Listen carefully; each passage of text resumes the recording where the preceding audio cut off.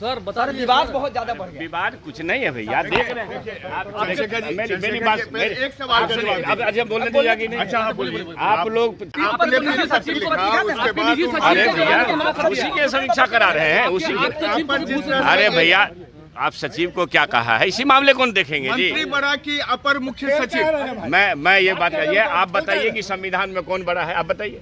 जो आप संवैधानिक बड़े हैं। हम ये सुने, मेरी बात है कि जब चीजों को समझ रहे हैं, देख रहे हैं, तो इतना परेशान क्यों है? क्या होगा? लीजिए, अब चीजों को देखे समझे उसके बाद तो कुछ कहें।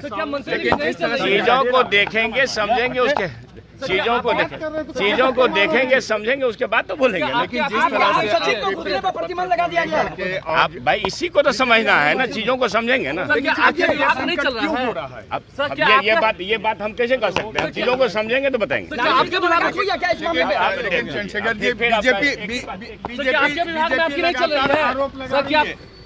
बीजेपी आरोप कर रही है। अच्छा काम है आरोप लगाना ना, अपने काम में लगे हुए हैं। सर बीजेपी तो आरोप लगा रही है ना, करे कि आपका काम में लगे हुए हैं कि आपका नहीं चल रहा है आपके विभाग में, वो अपना काम में लगे हुए हैं।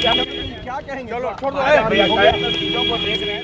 जब से छोटे भाई ने चरवाहा विद्यालय वाले बड़े भाई के साथ गलबहियां कर दिन दहाड़े जनादेश का अपमान करते हुए सरकार बनाई है और माननीय चंद्रशेखर जी को शिक्षा मंत्री बनाया है, तब से शिक्षा विभाग लगातार सुर्खियों में है। अब तो हद ही हो गई, माननीय मंत्री जी के आप सचिव को विभाग में प्रवेश करने पर रोक लगा दिया गया। जब मंत्री और अपर मुख्य सचिव की लड़ाई ऐसी सतही स्तर पर उभर कर सामने आ गई, तब तो विभाग का भगवान ही मालिक है। अपर मुख्य सचिव और मंत्री के बीच आरोप प्रत्यारोप का दौर जारी है। यह शिक्षा व्यवस्था को रसातल में ले जाएगा। सुशासन बाबू, इस पर कोई ध्यान नहीं। ध्यान भी कैसे हो, प्रधानमंत्री बनने का जो सपना मन के अंदर संजो कर बैठे हैं और विपक्षी एकता का राग अलाप रहे हैं। चरवाहा विद्यालय वाले और चारा घोटाला करने वाले लोगों के दिल से मिली गलबहियां आज किस स्तर पर पहुंचा दिया है। यहाँ के नौजवानों ननिहालों को जो भविष्य बर्बाद हो रहा है, शिक्षा मंत्री जी को उस पर ध्यान नहीं है। युवा पीढ़ी को आप किस तरह से यहाँ के शैक्षणिक वातावरण, यहाँ के शिक्षक के साथ जो पाप कर रहे हैं, उस पाप का फल फलीभूत होगा और आने वाला दिन में इसकी सजा मिलेगी। शिक्षा मंत्री जी, आप यहाँ के प्रतिभा का अपमान किए कि यहाँ गणित का, विज्ञान का, अंग्रेजी का प्रतिभा नहीं है, शिक्षक नहीं मिल रहे हैं। आपके इस तरह के अपमान बिहार की जनता के हृदय में सूल के तरह चुभ रहा है और आप जैसे लोग शिक्षा विभाग के मंत्री के योग्य नहीं हैं। शिक्षा मंत्री जी के जो आप सचिव हैं, अगर जो प्रधान सचिव आए हैं उनको रोक लगा दिया गया है ऑफिस जाने के लिए, ऐसा आपके माध्यम से या फिर पेपर के माध्यम से भी हमको मालूम हुआ, तो यह कहीं से भी उचित नहीं है। अगर शिक्षा मंत्री के अब सचिव गलती किया है तो आप उसको जांच कीजिए और जांच करके आप उसको सजा दीजिए, आप उसको ऑफिस जाने से रोक दीजिए। तो यह नियम क्या कहता है, अगर नियम के दायरे में वैसा आता है तो ठीक है, अगर नियम से विपरीत आता है तो यह जांच का विषय है, इसमें जांच होना चाहिए कि क्यों उनको रोका गया। सरशाही हावी होना लोकतंत्र के लिए अच्छा नहीं है, ठीक ना। और कानून जो बनता है वह लागू करने के लिए बनता है। इस देश में जो कानून बनता है वह लागू करने के लिए बनता है और पदाधिकारी को वह कानून को लागू करने के लिए उस जगह पर बैठाया जाता है, न कि कानून थोपने के लिए बैठाया जाता है।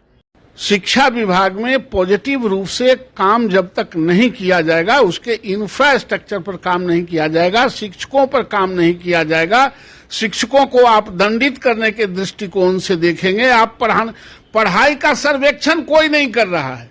ये राज्य सिर्फ रिजल्ट देने का, उच्च शिक्षा में सिर्फ रिजल्ट देने की संस्थाएं बन गई है, कहीं पढ़ाई नहीं। अफसर सिर्फ आबे हर विभाग में 2-4-500 के नियुक्ति कर ले, 10-20 हजार करोड़ खर्च कर दे। उनके पिताजी का पैसा है कि राज्य के नमक से कफन तक से जो रेवेन्यू कलेक्ट होते हैं वही पैसा है। आप चाहते हैं कि हम जहां जाएं वहां 10-20 हजार करोड़, 2,000-4,000 करोड़ रुपया खर्च करें, मजा मारें, कुछ लोगों को नियुक्ति करें और फिर डिपार्टमेंट वैसा ही। अच्छा, ये दारू ठीक हो गया, दारू बंद हो गया, पाठक जी करा दिए। ये बालू का जो माफियागिरी चल रहा है खत्म हो गया। ये स्कूलों को ठीक कौन चीज से करेंगे? शिक्षक रहेगा तब ना। बिना टाइम से आ रहा था, सब टाइम पर आने से बच्चा पढ़ लेता कि बच्चा पढ़ाने की इनका क्या व्यवस्था है? 2 कमरा में और 3 कमरा में 400 बच्चे पढ़ते हैं, जिसमें एक रूम में रसोई बनता है, एक रूम में 400 बच्चा 300 बच्चा कैसे पढ़ेगा? इस पर नजर नहीं है। वो कड़क कुड़क कुछ नहीं है, वो नेगेटिव आदमी है और नेगेटिव टीआरपी लेना चाहते हैं। ऑफिसर्स का मतलब समझते हैं कि डिप्टी कलेक्टर के अधिकारियों को बोला कि बिहार के लोगों को माए बहन के गाली दीजिए, उसको निकम्मा घोषित कीजिए, बिहार के प्रति अपमान कीजिए, वैसा ही यहाँ चाहिए। और नीतीश जी को सारे अधिकारियों को सुपुर्द कर देना चाहिए। का मालिक मंत्री है, नौकर को अपनी हैसियत में नौकरे में रहना चाहिए। नौकरी करने वाले लोग चाहे किसी पद पर हो, वो नौकर हैं। नौकर कभी मालिक नहीं हो सकता है। मंत्री मालिक हैं, सेवक हैं। अरे प्रति पल मालिक है ही। मंत्रालय में चलते हैं कि सचिवालय सचिव का यह है कि तो ओथ क्यों होता है भाई? क्यों ओथ होता है? आप नौकरी करने आए हैं, अपनी हैसियत नौकर की तरह समझिए, आप मालिक नहीं हो सकते। 10 भी ज्यादा तो बॉडीगार्ड कर रहे हैं नीतीश कुमार के पीछे पीठ पर एक अच्छा नया बॉडीगार्ड की तरह खड़ा रहते हैं। इसलिए नीतीश कुमार वो अपना इधर उधर ताक झांक करने का जगह खोज रहे। बीजेपी में अधिकारी को कोई के नहीं चलता था। बीजेपी के मंत्री डेमोक्रेटिक हैं, अधिकारी को अपने अधिकार क्षेत्र में ही रहना पड़ेगा, इसीलिए वो अधिकारी हैं, मंत्री नहीं है।